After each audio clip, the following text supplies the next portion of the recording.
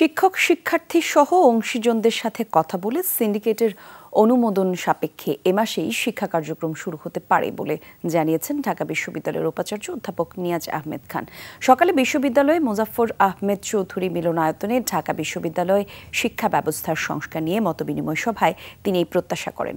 বলেন, ঢাকা বিশ্ববিদ্যালয় উপাচার্যের অফিস কেন্দ্রিক কোনো একক আধিপত্য যেন গড়ে না ওঠে, সেভাবেই কাজ করবে প্রশাসন।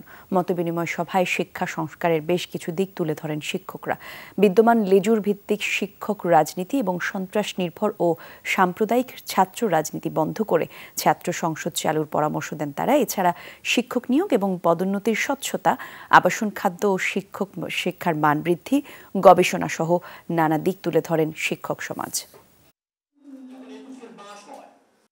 উপাচার্য, উপ-উপাচার্য, কোষাধ্যক্ষ, এই তিনটি রেজিস্ট্রার সহ আমরা চাচ্ছি যে এনাদের মধ্যে একটা নিয়মিত যোগাযোগ হোক।